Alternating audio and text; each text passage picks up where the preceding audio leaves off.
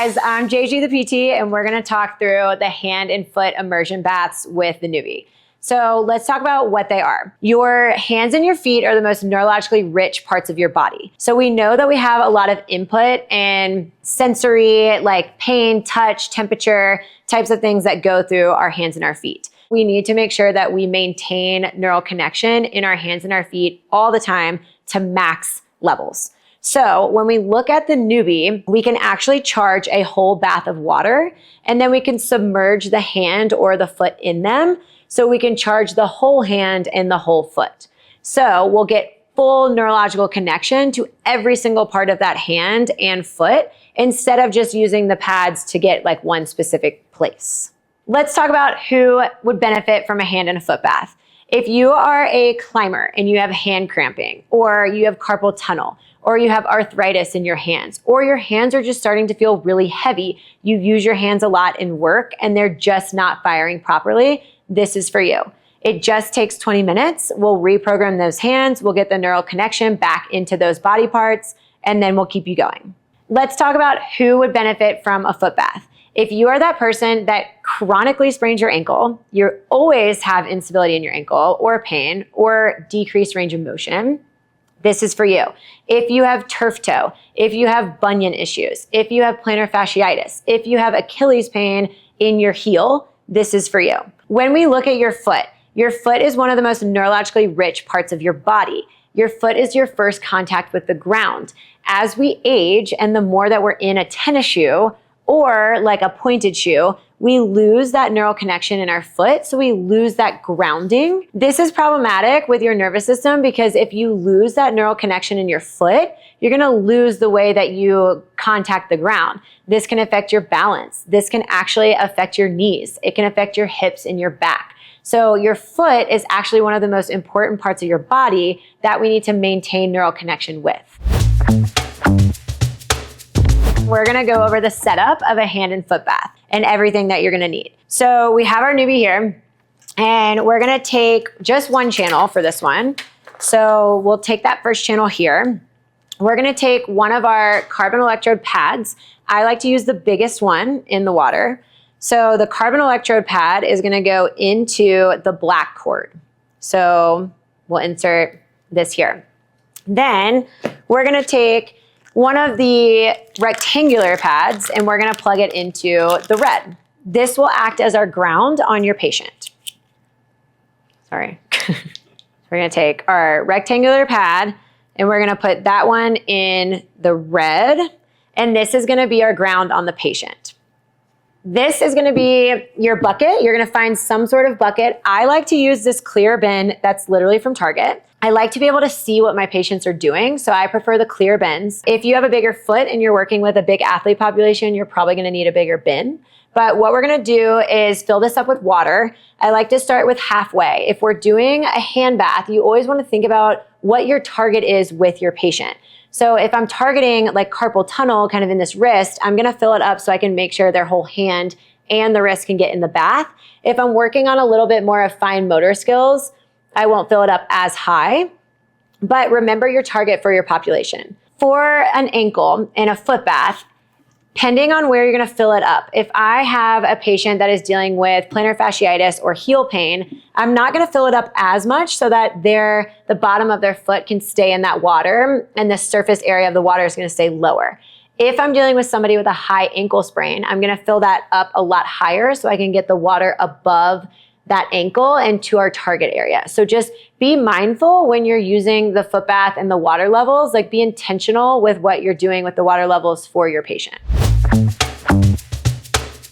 We're gonna set Ellison up on a hand bath. So what we're gonna do, we have our grounding pad in the red cord. So I'm gonna take her hand, and typically I like to ground on our wrist extensors. That's typically an area where people have tightness. But if you're targeting something different, or the wrist flexors or the thumb, you can place that ground here or a little bit more here. As long as it's out of the water and away, that's great. So then we're gonna take our carbon electrode pad, which we had already put in the black side of the cord. We're gonna place this in the water. So this goes in our hand bath. Then we're gonna place her hand in the water. So whole hand can go in. There you go. The device is off, so don't scare your clients or your patients. Let's just keep it off while they put their hand in. Then I'm gonna turn to the newbie. We're on 500 hertz right now. And then we're gonna turn that intensity up. We're gonna start just to where she starts to feel tingles. You're gonna feel tingles in the water. It's kind of gonna feel pins and needly, but I want you to tell me when you start to feel it. Okay. All right, so we're gonna start to go up from here. Okay, I can feel it. You feel it? Does it feel tingly? Yeah. Okay, then once they start to feel it, you can move this pad around for different targets. So this is where your clinical skills will come in. And if you want to target a little bit more of those hands, we can move it closer to the fingers.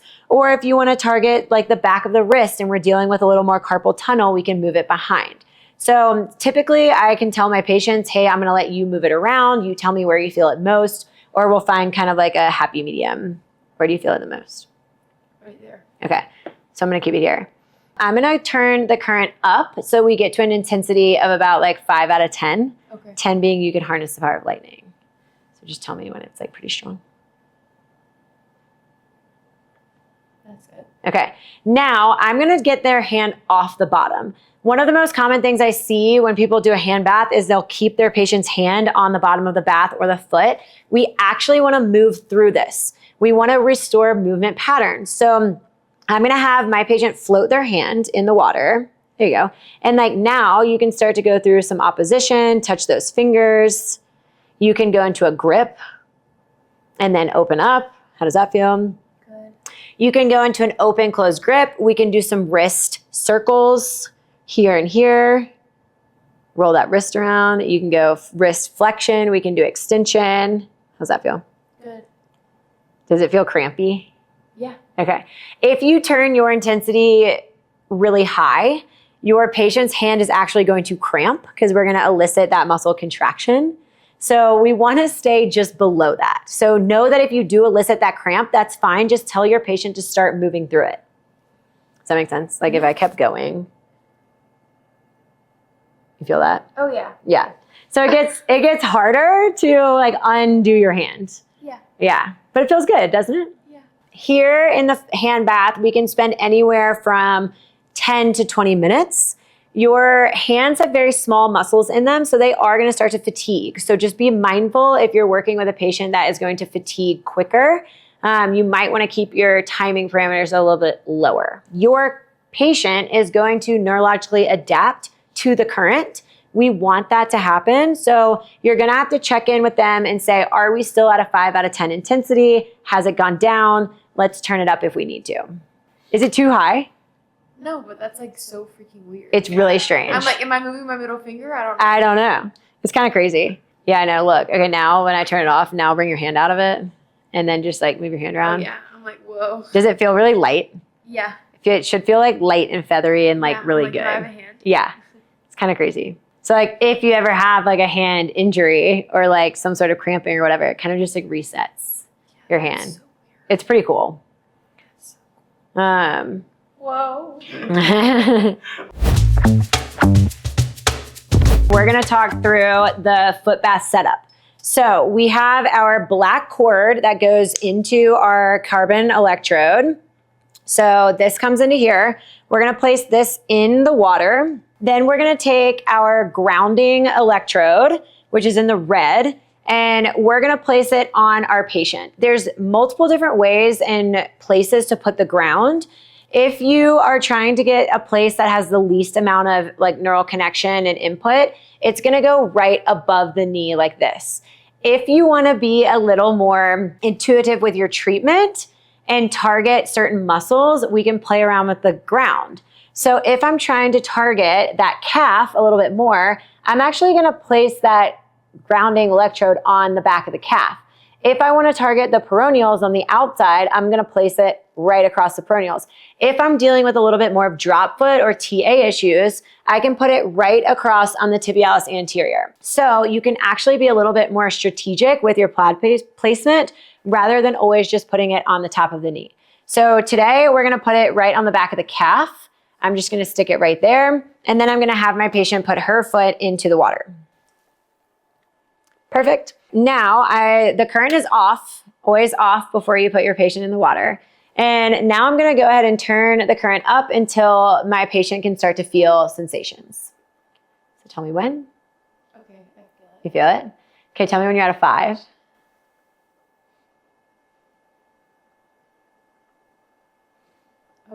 Okay.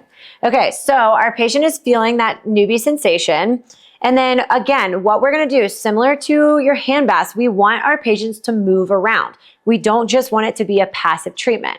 So what I like to start with is your toes. So I want you to try and spread your toes and then bring them back together. Spread your toes, bring them back together. It should feel harder to do in the water than outside of the water. So you're gonna have to encourage your patient, talk them through this a little bit, and explain that it's harder for them to do movements in the bath because of the neural input and the newbie connection. So now what I want you to do is curl those toes for me and then try and extend them. So this is where you're getting that neural muscular like re-education and you're reprogramming your brain and your foot. So if you have a patient that struggles with this, we're gonna have to like talk them through this. Maybe you can do sets and reps, but start with kind of that toe stuff, the toe curling, toe extension. How's that feel? Great. Kind of hard? Kind of hard. Then if you're working on like arch support, you can do some arch scrunches. We can push that big toe down. We know I love the big toe. You can do some seated heel raises. So go ahead and like push up. Yeah, the current's gonna change. And then if you're working on range of motion of the ankle, we can float your ankle. So go ahead and float, like bring your foot up and then now try and do like some inversion, eversion. We can move that ankle around. We can do some plantar flexion, dorsiflexion, work on that. How's that feel? Pretty good. Hard. And then one of my favorite things to do, if you're looking at balance and proprioception, you can actually have your patient stand up in the foot bath and you can work on single leg balance with them. So while we're working on balance and proprioception, we can be tossing a ball back and forth as long as they are stable and they're not gonna fall, obviously. We can work on that balance in the foot bath for so much more neurological input and proprioception. So go ahead and stand up for me. And then see if you can single leg balance here. How's that feel? Great. Good. So we can work on that balance proprioception. We're returning neurological connection to the foot. This is what we're looking for. Then I can move this. Go ahead and step your right foot back for me. Yeah, like even farther. And then now give me a knee over toe.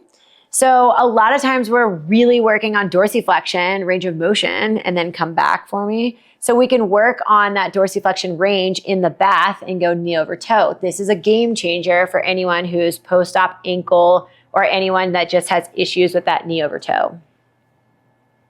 How's that feel? Good. Then we can also bring your foot back to neutral. Now we can work on a heel raise. So go ahead and try and give me like a double leg heel raise. Current's gonna change as you come up. Great. What we're focused on with the foot bath is it's not a passive treatment all the time. So if you're working with your athletes or your patients and you're trying to restore those movement patterns and neural connection, you actually want to take them through movement with your foot bath.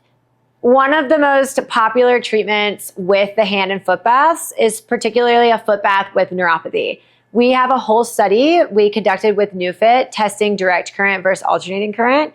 And we saw improvements in nerve conduction velocity, significant improvements in pain and swelling in the foot and functional movement patterns with walking, ability to stand longer and decrease pain during sleep. If you're interested in the neuropathy study, check it out on our website. And treatment for neuropathy is twice a week with 20-minute to 30-minute foot baths at an intensity of 5 out of 10. I'm JG the PT with Neufit, and that was our hand and foot baths. Be sure to follow us on our socials for more helpful tips and tricks and share some success stories with us if you've been implementing this into your practice.